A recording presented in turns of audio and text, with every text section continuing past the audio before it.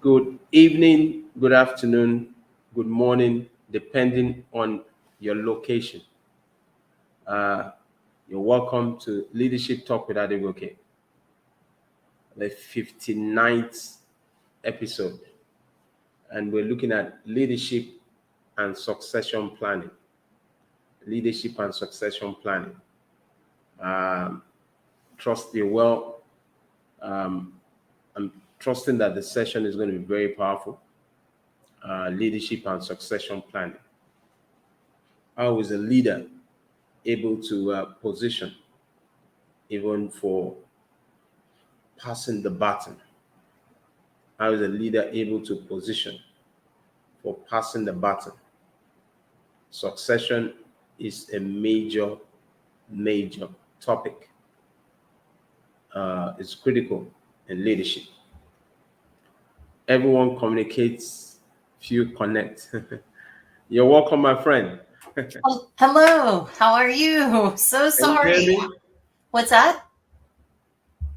Have you unmuted yourself? I should be unmuted. Hold on. Yes. Okay, I can hear you now. You can? Yeah, I can. Okay, good. Okay. We're live now. We're live. Yeah.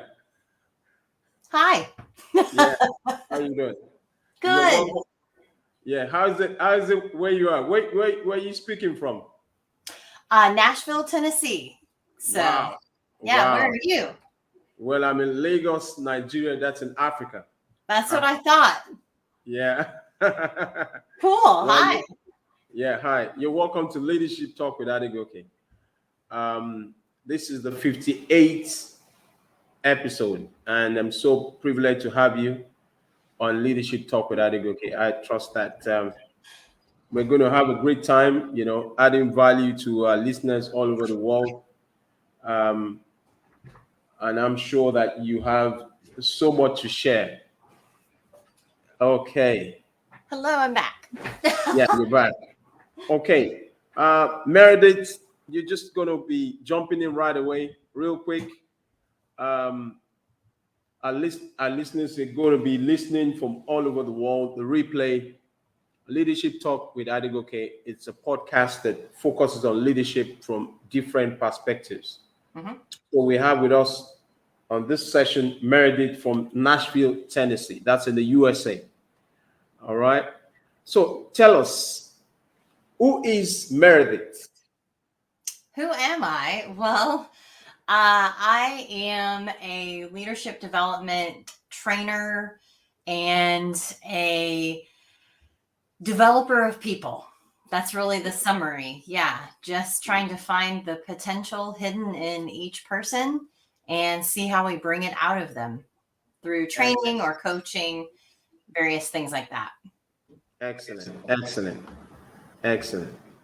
Now, I want you to tell us, how did you get into leadership? Yeah, it's a long, winding road. I started out working with, my first job was working in operations in a small company, and I was reporting to he was the operations director, and he thought he was my mentor. So that's what he thought he was, which I thought was so funny, and still do, because as we all know, we kind of gravitate towards people that we want to emulate. And in this case, for me, I didn't necessarily want to be like him. So I was trying to cure the world of people like him.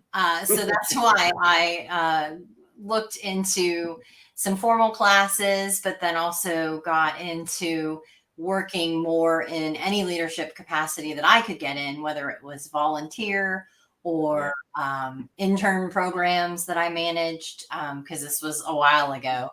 But I worked my way into companies that were a little larger and had resources for training and development. All right. And by that, I mean, they weren't necessarily just training you how to do the job you were doing today. They were Okay. teaching others how to do the next job. And so that's All the right. role that I came in to teach was, what do you want to be when you grow up? And so, which some people even now don't know.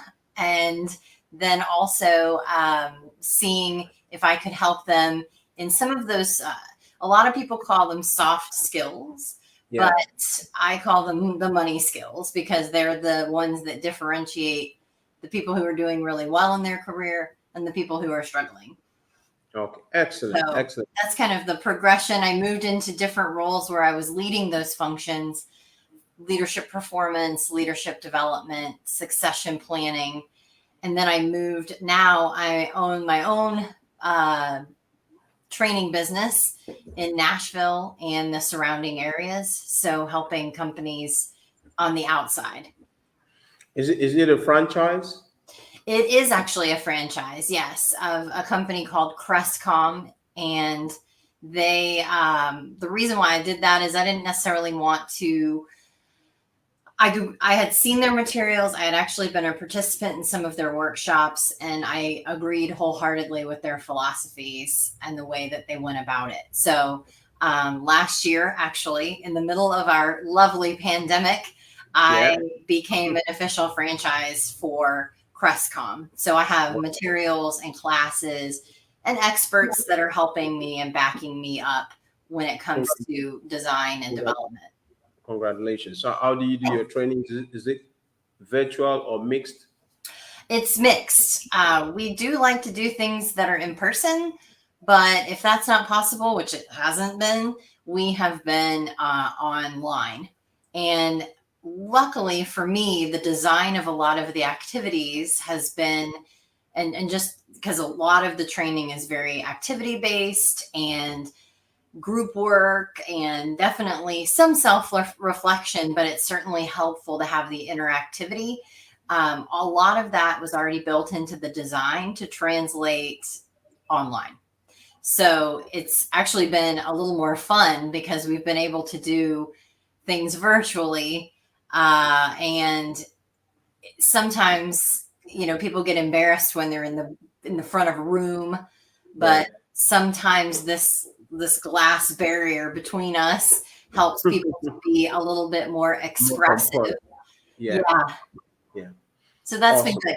So yeah, we're in person, but most of it's been virtual. And actually, Crestcom is all over the world. So we have about 150 of me in 60 different countries. So awesome. Yeah, it's very cool. So I'm excited though. I think I'm adding another country today. Yeah. I mean, I'm so fascinated by your expertise and your depth, and you're going to be speaking to a topic that is a bit sensitive. When it comes to succession. People feel a bit reluctant to pass the baton, and and you can't be in leadership forever. You need to have a path of passing on that legacy. So yes, so good. So what is succession planning? So succession planning is when it's a process that takes many years, because it's not just moving someone into a position. It's more of that planning piece, truly thinking through, how is someone performing in this role versus how are they performing or could perform bumped up against criteria for the next role, which could be, I know there's the two paths. There's, where you can kind of go functional expertise or you can go into leadership. So obviously for me, I'm going to speak more about the leadership track that succession planning could mean. Because there's certain competencies that are identified across the board. And like I said, I know that there are a lot of other companies that do things like Crestcom, but and so there's some translation across what's core and common for making a good leader. So you can use that criteria to measure an employee up against and see where there are areas that they still need to develop and where are the areas that they're ready, they're fine. And we just need to let them practice and build on those skills. So that's kind of where the succession planning piece, it's more of a talent identification piece where you see someone has middle to high performance, but then you also see someone that has high potential. And the definition for potential is kind of like when you're landing an airplane and there's a big runway in front of you. People who have more potential have a really long runway. That means they can just go and keep going. And others have shorter runway, right? They kind of land and that's where their plane's just going to be. So, so those are the two key components to looking at what talent should be. Once you know someone's, high potential and has pretty good high performance, and you're looking at those people as compared to those leadership competencies, then you can say, how long are they going to be? How long is their succession plan? Are they going to be ready to go in 3 months? Or are they going to be ready to go in 3 years? And that's going to be a different path of development for those people. Depending on the level of competence? Yes, exactly. And experience, honestly. Sometimes people just need time in role to be ready for the next, right? So even as a leader, they need to walk a mile in someone else's shoes in that position to really be able to take that expertise about the position to when they're a leader of it. So that's pretty key. So that's really what succession planning is. A lot of people think it's putting people on 9-box charts and grids, and it's a lot of fun to plan, but then the work really comes when you realize how much development they might have left to do.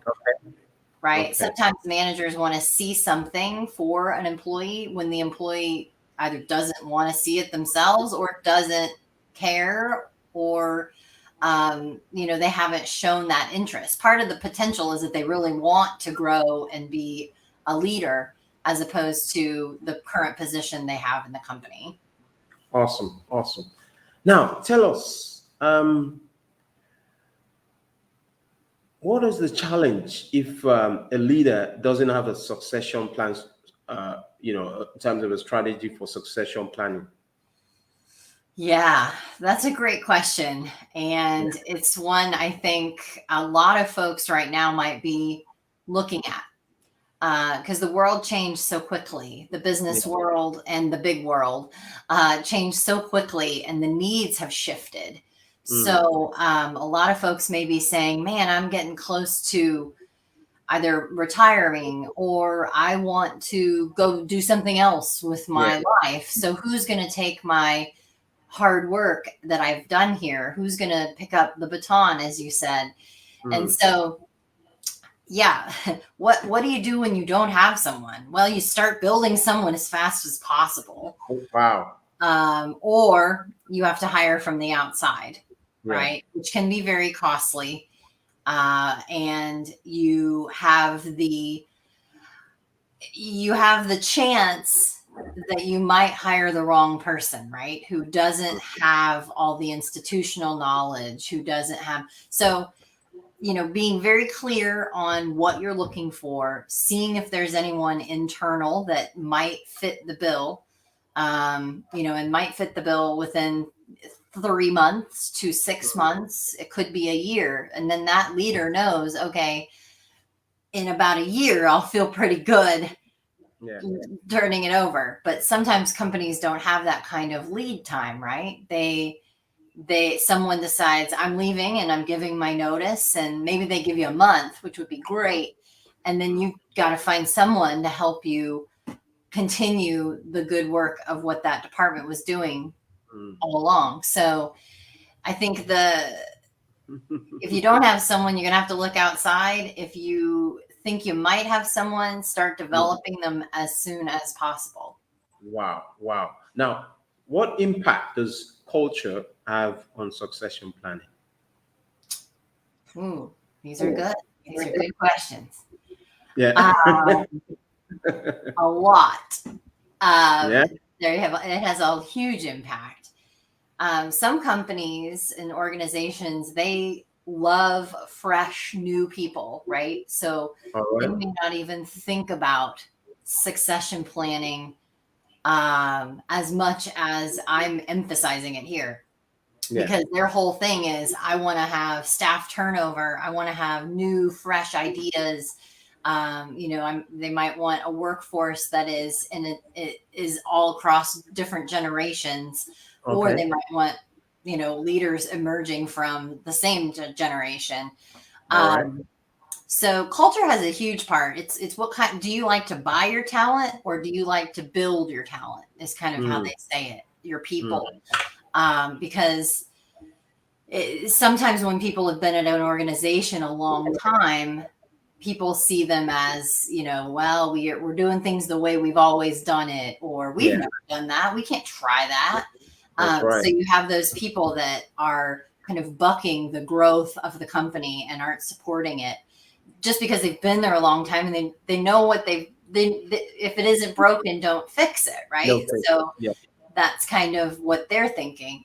But then Mm, from a culture standpoint, you might support having people come in and break the culture and figure out different ways to do things, break the processes. And so it's really a tolerance level, I think, from that company culture. And then also, what is the culture in the first case? So they're huge. They're greatly intertwined. awesome. If you just joined us, been speaking with Meredith Graham, which is from Nashville, Tennessee. That's in the USA. She's showing up massively on Leadership Talk with Adegoke, the 59th episode, and we're looking at leadership and succession planning. Now, Meredith, you shared so many nuggets, but I just want you to, what are the three things that a leader must do, uh, to recalibrate now, because post-pandemic, the crisis is still ongoing, so that the leader can be a step ahead regarding succession planning? What are the three things that you think the leader should do? Yeah. So I think the first is to really try to know the people on your team. Okay. And so by that, I mean, do an inventory of the skills that they have, the places they want to go, but the places that you need them to go All right. as far as a job function. The other piece is around engagement. Hmm. So, at least in the States, we've been experiencing some, they call it the great resignation. Yeah, there is. Yeah. And you may be experiencing that as well, Yeah. and for Yeah. others listening. People are no longer staying, on the job for too long. They're just moving on, very flexible, very recalibrating, so it's causing a bit of disruption in the system.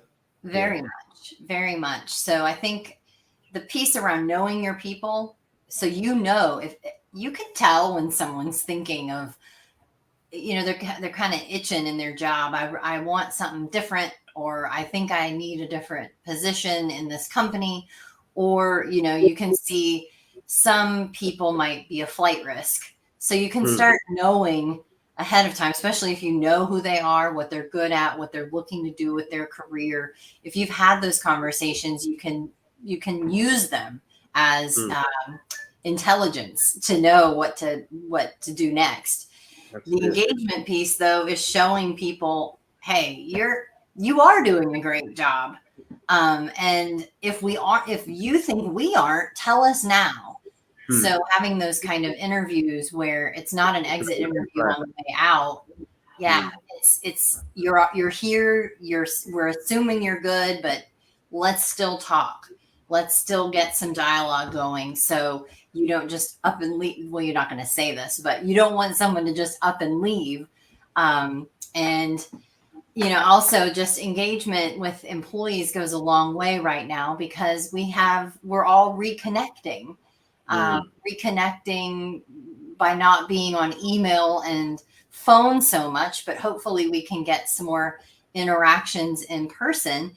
And those are different, just like we were saying with class. It's a different place to be where you can actually sit down with your boss or pop by without a meeting being on the calendar for a phone call.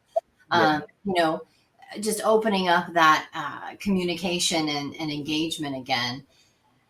And then the third thing, is really to be very clear, I think, on the expectations. Things have changed so much, but I can't tell you at one company and then the company next door, I can't tell you they're going to have changed in the same ways. Role clarification, policy clarification, all of that is key, I think, because people need that clarity to make sure they're doing their jobs correctly and can feel confident that their company is on the ride with them. No one is at odds. Everybody's on the same team. We just want to keep moving.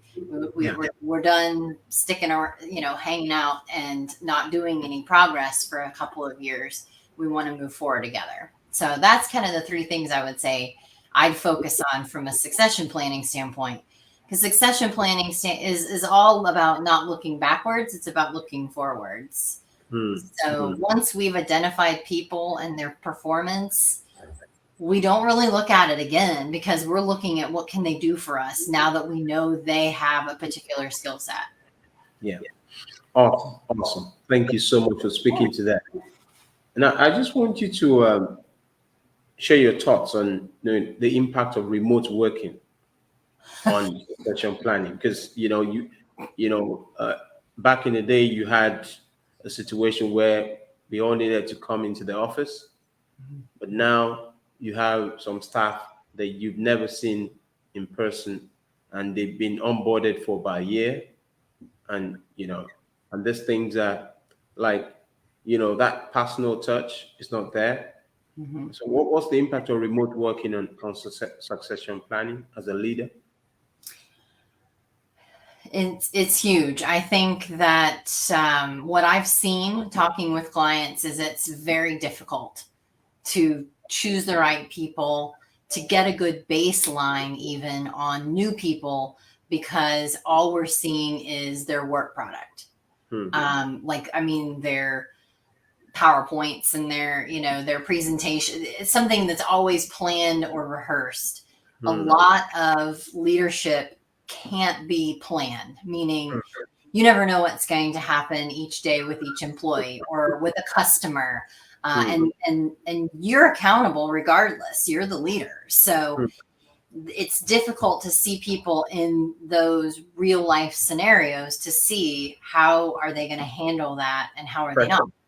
Yeah. However, there is a way, through training and through, skills practice, role play, where you can get an idea of what someone would say, how would they react. So there's some of that can still take place where you can get some information on how someone might perform in a higher role. Okay. I'm definitely not going to say that it is the same as it was before. I think that there will be a few more missteps when it comes to promoting the right person.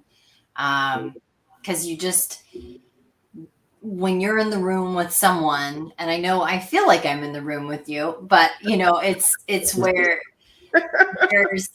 there's time where we're on, and then there might be time when we are just talking on the side and we're not on in a meeting, and you get so much more information from someone informally sometimes than formally. Yeah, that's so that's the part that's missing, because if there isn't a call on the calendar, a lot of people won't pick up the phone and just say like, hey, how's it going? Or what'd you think about that meeting? Or give me your thoughts on this. They're just going to go to Google, or they're going to go and tell their husband or wife about it. And then but what are they going to do? So it's really like we've lost some of that informal opportunity to learn about people. Going out for lunch together, even as a group. Yeah, where you find like it's not just what a lot of people present at work isn't always who they only are. There's so much more that encompasses a person that they bring to the table than just what might be able to be emailed or presented, or the metrics, how fast someone does their job, that kind of thing. You just can't find out that kind of thing. The good stuff, I would say, how do they communicate? How do they decision make? How do they come to the conclusions they do? What's their thought process? Instead, a lot of it is, did you make a decision, and what is it? Let's move. So it's very different. And I think that's an area that concerns me, honestly, about moving forward and what we're going to get in leadership positions over the next 5 years. Do you think the COVID has helped for people to really, have a long-term in terms of planning? I hope they've used their time wisely. We'll say that. Because there's certainly been a pause button that was hit. Where I think there's been, we've seen, there's less output for some companies, less profit. And now, just like when you're trying to do the same amount of work with less, it's the same kind of thing. We have to try and do the same amount of work with the same people, but a different kind of criteria for what success looks like. Some companies have said, I don't care. I'm training people just as it was. We're going to have downs and ups in our business cycles.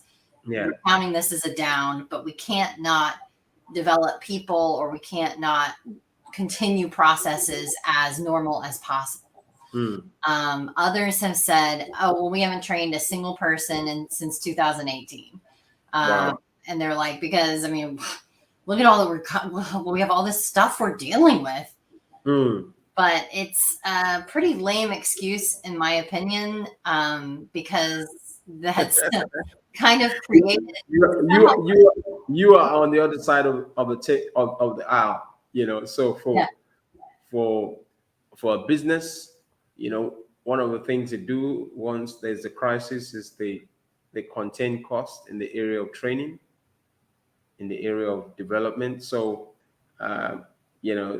the seats has been, sentimental, even if their staff require new training, because now we have to adapt, because before it was in person, now it's virtual, and virtual has its own challenges. Remote working has its own challenges. So it's a very fluid situation. But we're adapting. We're adapting. I hope we are. I think we are. I do think, though, there's some, it's almost like if we stopped, like in the States, we have our public education system. Like if we just stopped sending our kids to school and they just didn't learn a single thing for 3 years, 2 years. And then we put them right back and said, okay, go back to the way you were. We haven't done anything with you for 2 years, but now you're 7, so you're supposed to be writing and reading, and you're not doing any of that. Oh, we stopped that because you didn't go to school since kindergarten. Okay, when you were 5 years old. So it's one of those things where it's the same kind of idea with especially certain folks that just joined the workforce. They were on a trajectory to move into certain roles, and now there's been a little bit of a setback. Because all they've been told to do is, get the job done so we can keep the lights on and the doors open and not have any, loss of revenue. But they will experience loss of people, which might translate to revenue anyway. So, awesome. We can go on and on, but I know I'm kind of a downer when I talk about that kind of stuff, but I want to be very realistic too, because No, it's okay, Meredith. I mean, it's okay, okay. I there's mean, some challenges coming. Yeah. yeah, but you've done very well. This is Leadership Talk with Adegoke.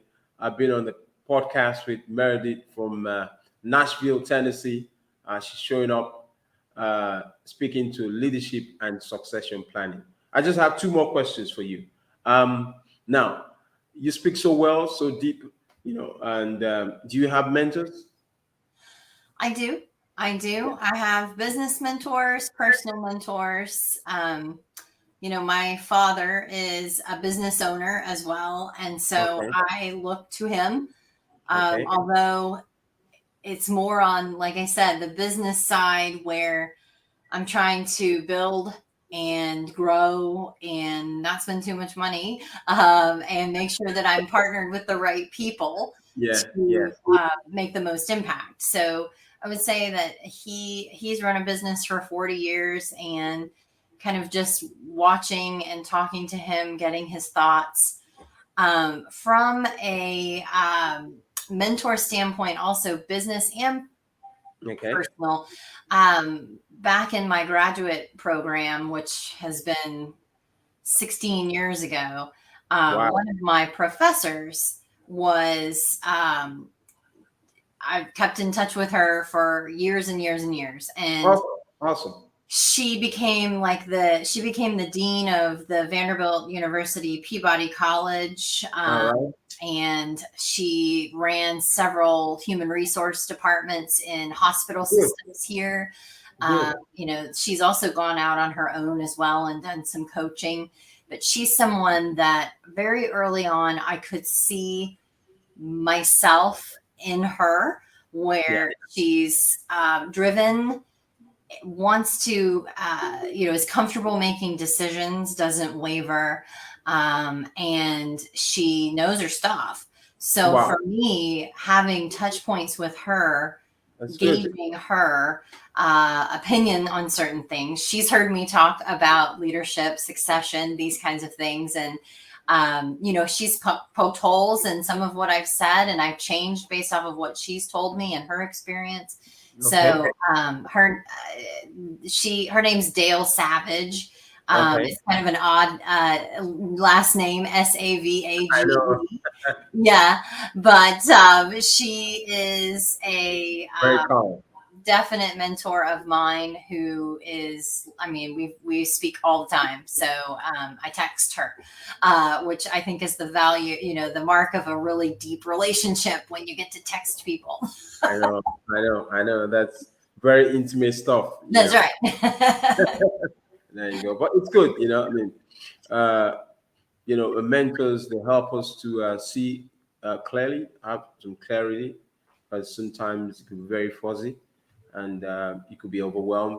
So there's always that person you can reach out to, and gives you some stability as well. So well done, well done. Yeah, it's interesting. I challenge myself constantly because I don't have a mentor that I would say, or someone that I'm looking to that's on the New York Times bestseller list.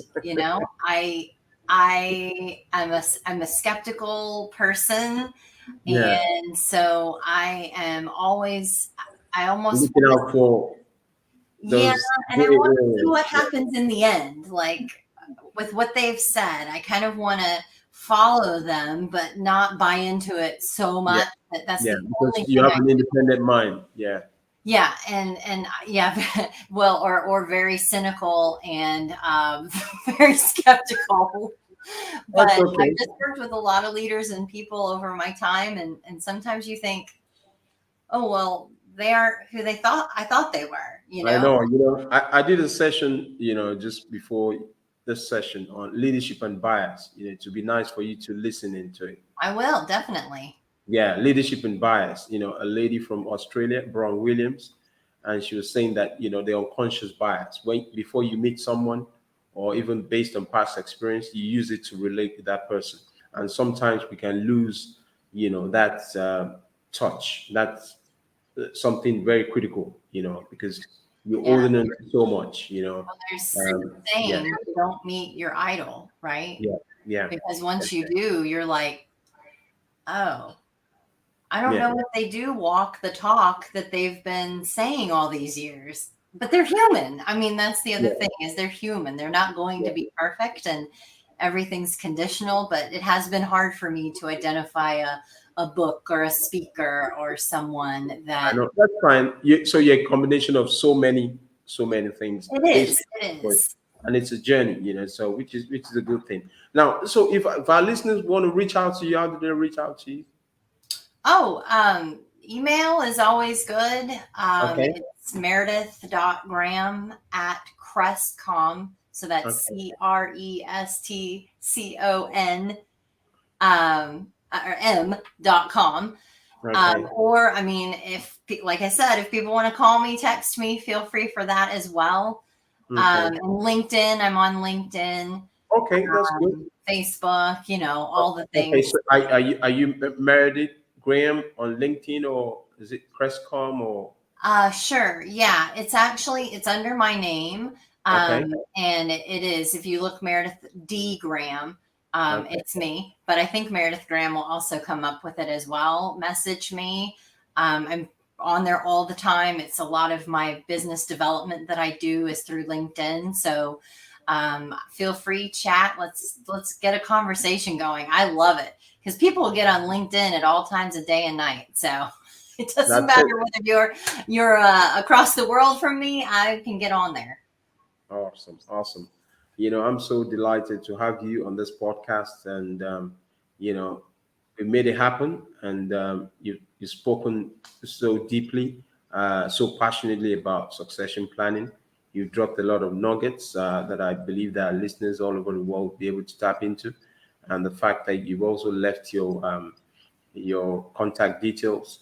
I believe that it's going to open a lot of opportunities for you to also leverage on this podcast.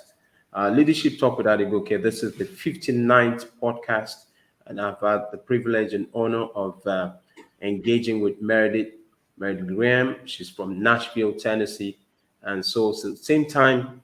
Have a good one. Thank you, everyone. Bye. Thank you. Wow, this